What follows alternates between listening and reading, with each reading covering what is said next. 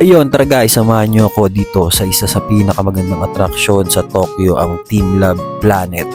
Ito ay marami kayo makikitang iba't ibang uri at klase ng ilaw ng LED.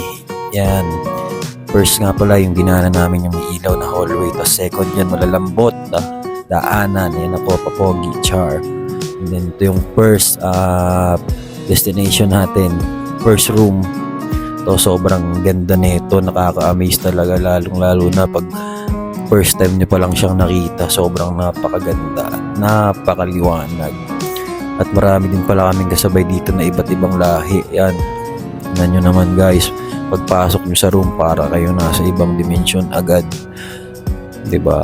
Yan, sobrang daming ilaw, nagpapalit-palit ng kulay. And then, ayan, tingnan nyo, diba? Pagmasdan nyo na lang dahil sobrang ganda nito. At kung mapapadpad kayo dito sa Japan, hindi nyo ito pwedeng ma-miss na puntahan.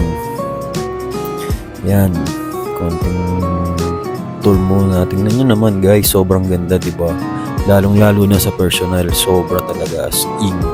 Mag-e-enjoy kayo at worth it yung bayad nyo, diba? And then ito yung second destination natin, yung second room natin. May patubig si Mayor sa daan. Uy, may falls.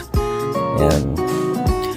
Dadaan muna kayo dyan sa tubig bago kayo mapunta sa second destination natin. Uy, ano ba yun? Uy, censored po. Char. Yan na siya yung second destination natin. Sobrang ganda. Kung makikita kayong tawag dyan, koi fish ba yan? Koi fish. Pero syempre hologram lang yan. Ayan, sobrang nakaka-amaze yan guys.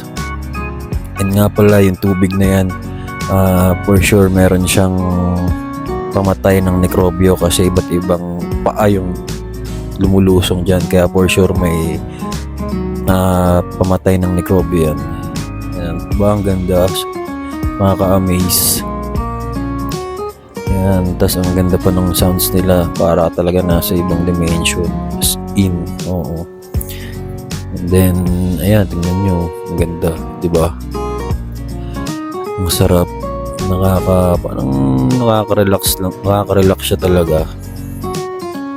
Parang tipong nasa ibang mundo ka talaga. O, diba, ang ganda. Tingnan nyo naman.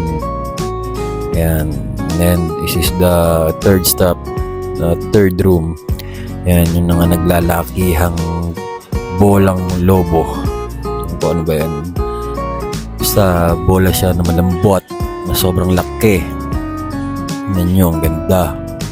Ang linaw pa ng salamin nila, diba? At nag-iiba-ibang kulay. In para talagang nasa out of this world. Ayan, ganda, diba? Perfect siya pang photography and etc. Then this is the fourth destination, pang-apat na room. Kaya pagpasok mo dito para ka nasa garden ng Kineme. Diyos. Hindi, para ka nasa Garden of Eden na medyo madilim. Ayan, di ba? Sobrang nakaka-amaze. Grabe. Maganda siyang puntahan for family and then couple.